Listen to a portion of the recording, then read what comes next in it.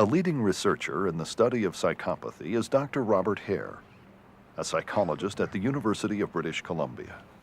Dr. Hare has spent much of his career in a search to identify and understand the behavioral characteristics and personality traits of the psychopath. His recent book, Without Conscience, summarizes this research. We can describe a psychopath or psychopathy as a clinical construct characterized by a cluster of characteristics and features.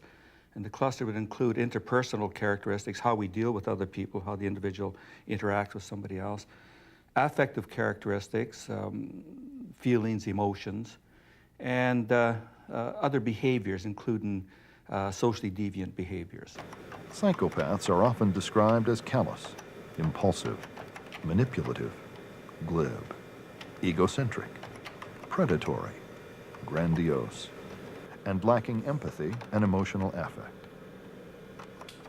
Hare's study of what makes up a psychopathic personality has taken him down many avenues of scientific inquiry.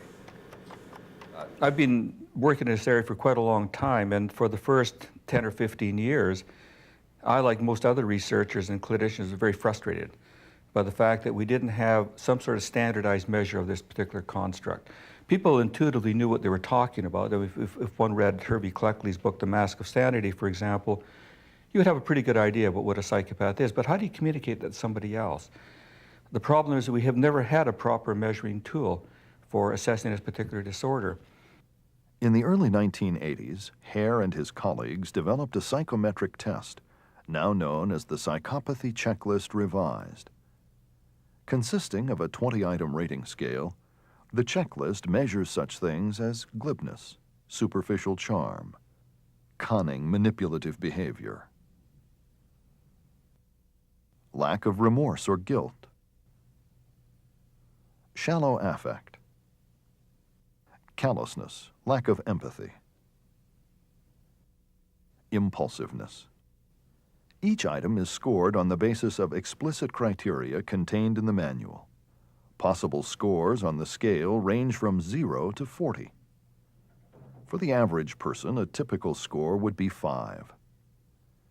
Anyone with a score of 30 or above would be considered a psychopath. I'm going to start with asking you some questions about your behavior when you were young. Did you ever get in trouble at school?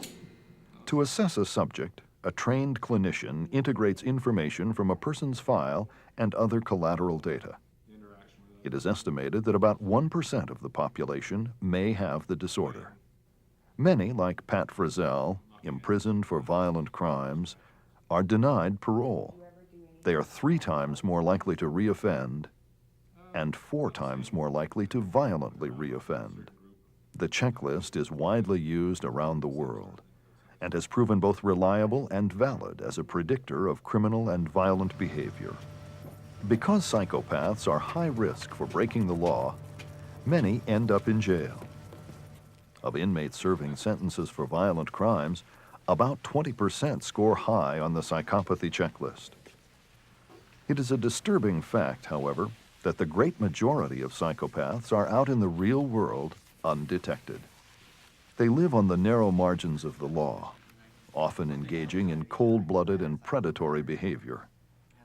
These individuals cause incalculable damage to other people.